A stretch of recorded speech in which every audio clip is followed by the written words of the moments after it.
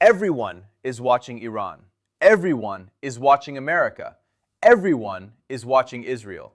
But the country that is making the most consequential moves right now, the country that is positioning itself to emerge from this war stronger than anyone expects, almost nobody is watching. And that country is China. Now, I know what you are thinking. China? Really? China has been almost invisible in this conflict. China has issued a few diplomatic statements calling for peace. China has stayed on the sidelines. China has done essentially nothing while one of its key strategic partners, Iran, is being devastated by American and Israeli airstrikes. How could China possibly be winning? That is exactly the question I want to answer today. Because what looks like weakness, what looks like passivity, what looks like China abandoning an ally, is actually something completely different. It is strategy. Cold, calculated, ruthless strategy. And by the end of this video, you will understand exactly what China is doing, why China's silence is not weakness but power, and why this war, despite all the destruction happening right now in Iran, is setting China up to be the real winner when this is all over. So let us begin with the most important thing you need to understand. China made a deal that almost nobody is talking about.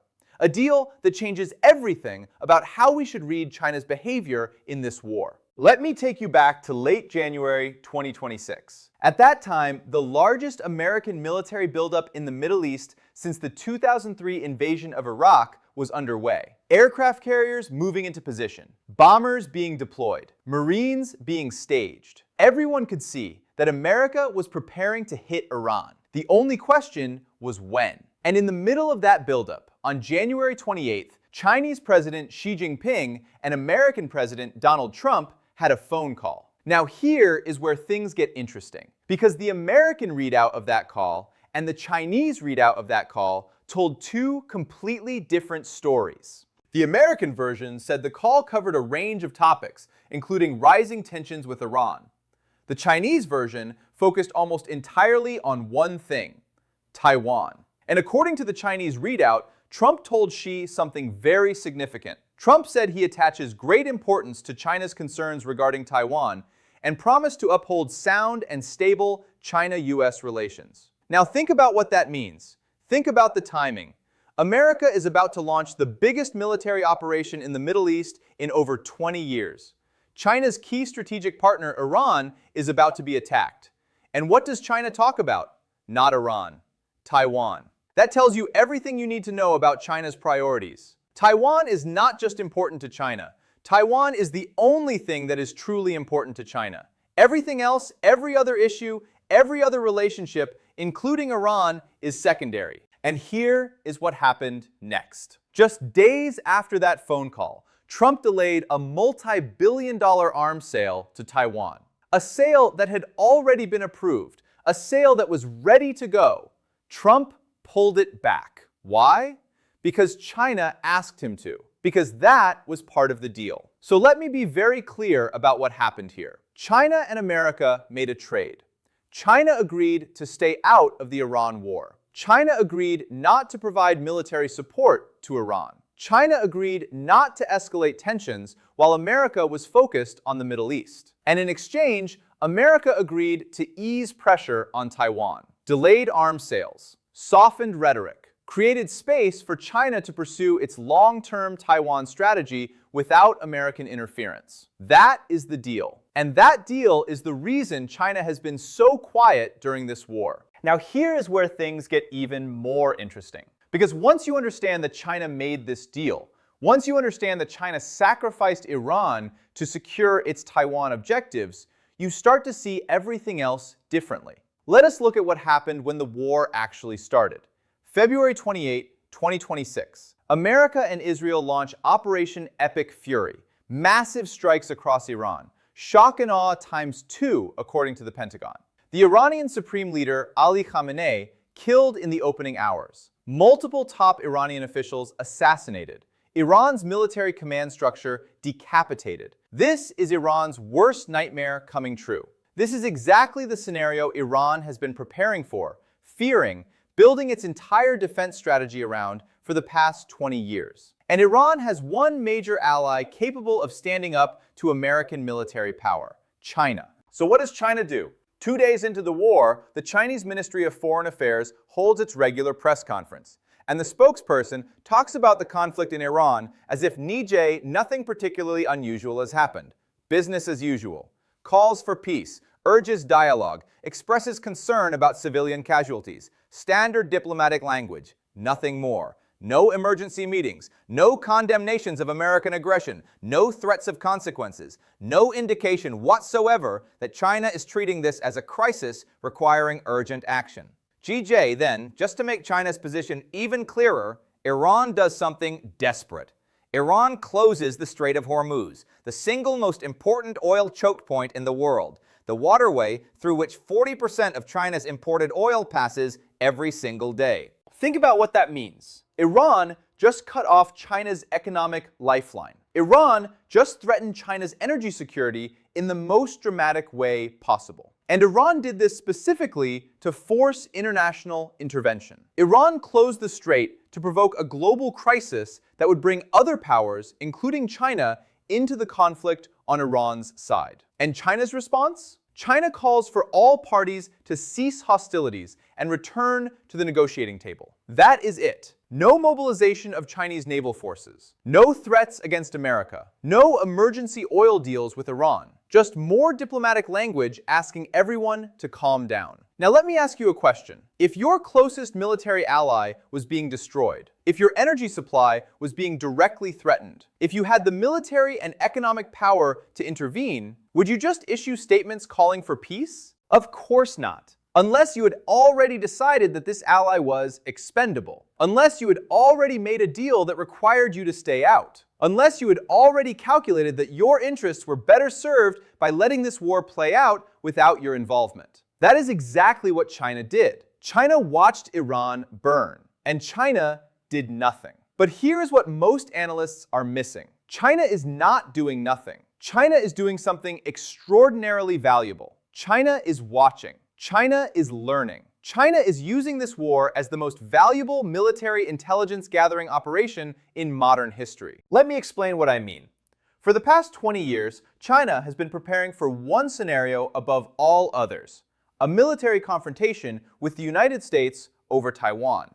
Everything China has built, its anti-access area denial systems, its hypersonic missiles, its carrier killer weapons, its underground facilities, its drone swarms, all of it has been designed with one purpose: to make an American military intervention in Taiwan too costly, too difficult, too dangerous for America to attempt. But there has always been one problem. China has never seen the American military fight a peer-level adversary using its most advanced systems in a real combat environment. China has studied American wars in Iraq, in Afghanistan, in Libya, but those were not peer-level conflicts. Those were America fighting vastly weaker opponents with overwhelming technological superiority. Iran is different. Iran has been preparing to fight America for over 20 years. Iran has studied American tactics. Iran has built asymmetric capabilities specifically designed to counter American strengths. Iran has hypersonic missiles, advanced drones, layered air defenses, hardened underground facilities. Iran's military is not at China's level, but it is much closer to a peer adversary than anything America has fought since World War II. And now China gets to watch, in real time, how America fights that kind of enemy. China gets to see which American weapon systems work and which ones do not. China gets to see how American forces operate under sustained missile and drone attacks. China gets to see how American air defenses perform against saturation attacks. China gets to see how American carriers behave when they are genuinely threatened by advanced anti-ship weapons. This is intelligence that money cannot buy. This is intelligence that you can only get by watching a real war unfold. And China is watching very, very carefully. Chinese state media has been analyzing every aspect of American military performance. Chinese military journals are publishing detailed assessments of American tactics. Chinese defense analysts are studying the fire that broke out on the USS Gerald R. Ford, studying reports of Iranian saturation attacks overwhelming American air defenses, studying every vulnerability, every limitation, every weakness that this war exposes. And here is what makes this even more valuable for China. The American military is not just fighting. The American military is learning in real time too. America is adapting its tactics. America is deploying new systems. America is testing new approaches. And all of that adaptation, all of those adjustments, all of those tactical innovations, China is watching those too. By the time this war is over, China will have a more complete picture of American military capabilities, limitations, and doctrine than it has ever had before. And China will use that knowledge to refine its own Taiwan strategy. China will know exactly what works against American forces and what does not. China will know exactly where American defenses are strong and where they are weak. China will know exactly how to fight America if that day ever comes. That is what China is getting from this war, a free education in how to defeat the American military. And all China had to do to get it was stay quiet and let Iran take the damage. But there is something else happening here, something even more strategic, something that goes beyond just military intelligence.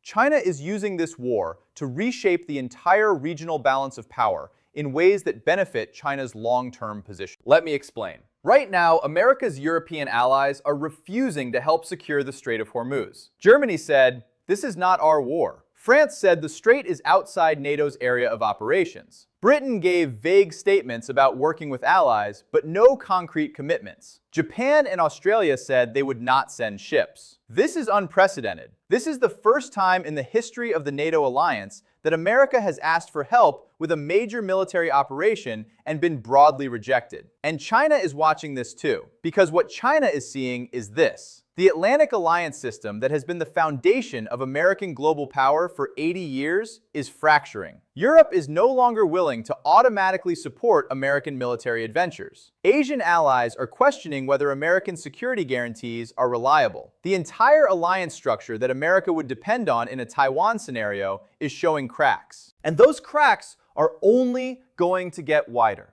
Because every day this war continues. Every day oil prices stay high. Every day European economies suffer from energy disruptions. Every day American allies pay costs for a war they did not start and do not support. The alliance gets weaker. Trump is threatening NATO. Trump is calling the alliance a paper tiger. Trump is saying there will be consequences if European allies do not help. And European leaders are pushing back harder. This is not a temporary disagreement. This is a fundamental breakdown in how the alliance functions. And when the day comes that China makes its move on Taiwan, China will remember this moment. China will remember that America's allies refused to help in the Middle East.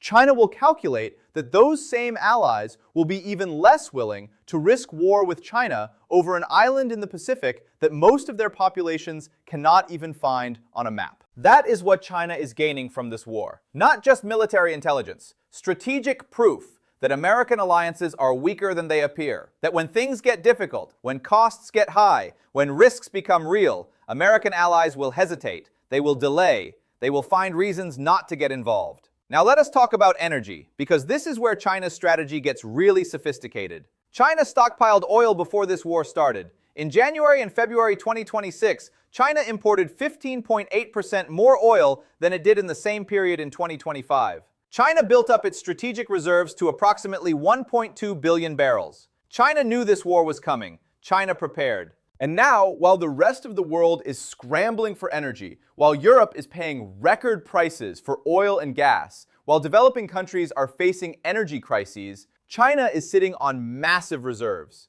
China can weather this disruption. China can keep its economy running. China can even use its stockpiles as leverage, offering oil to countries that align with Chinese interests. But here is the deeper play.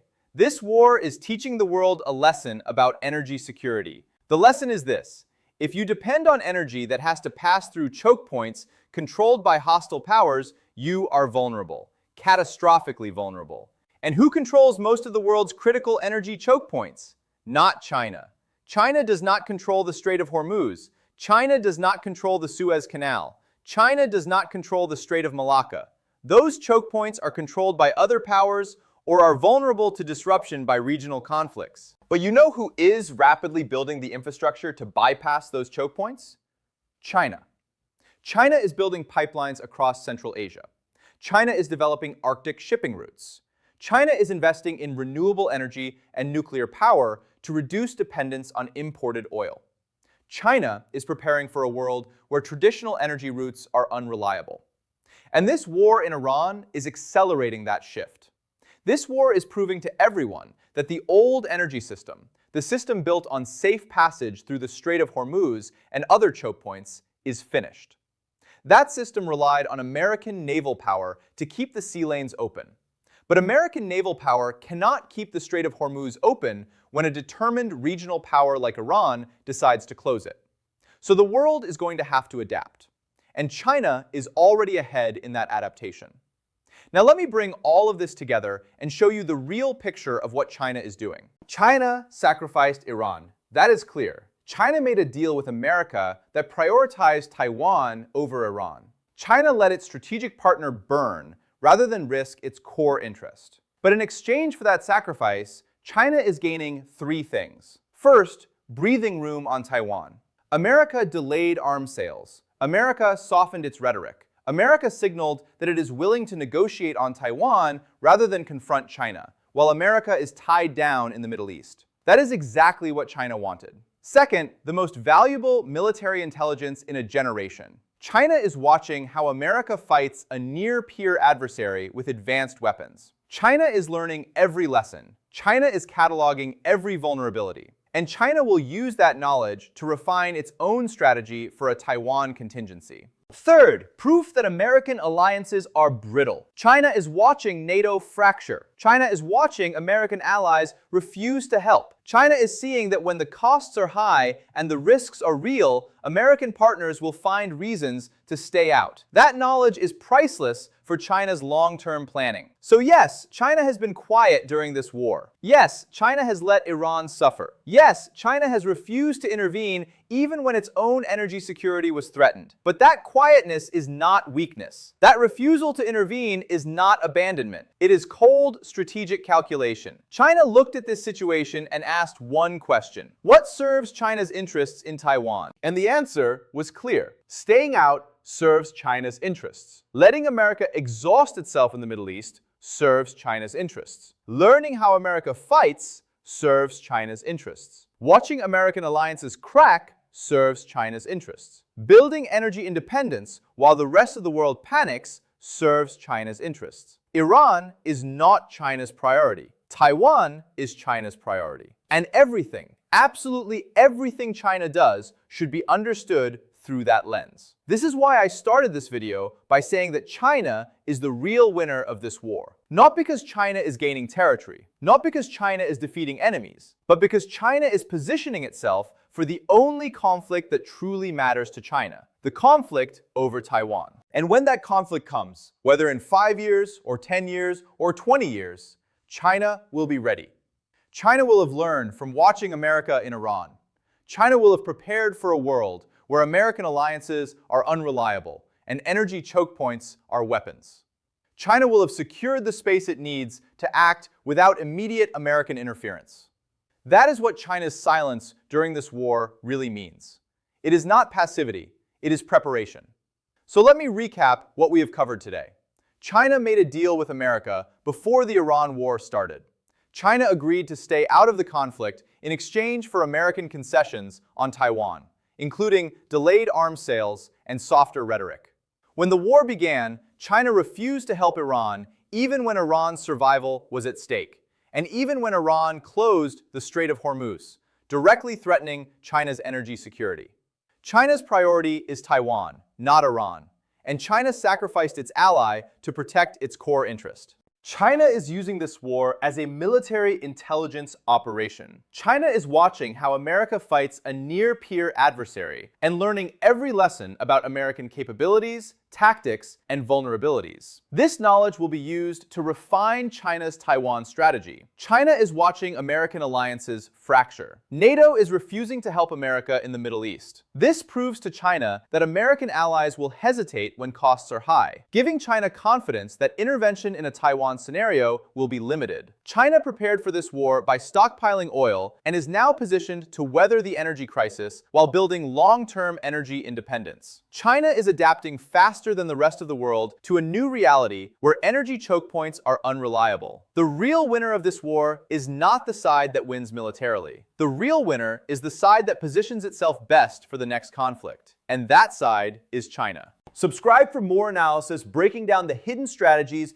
and overlooked dynamics shaping this war. And tell me in the comments, do you think China's strategy of sacrificing Iran to focus on Taiwan is brilliant or reckless? Will this approach strengthen China's position, or will it cost China credibility with its other allies? I will see you next time.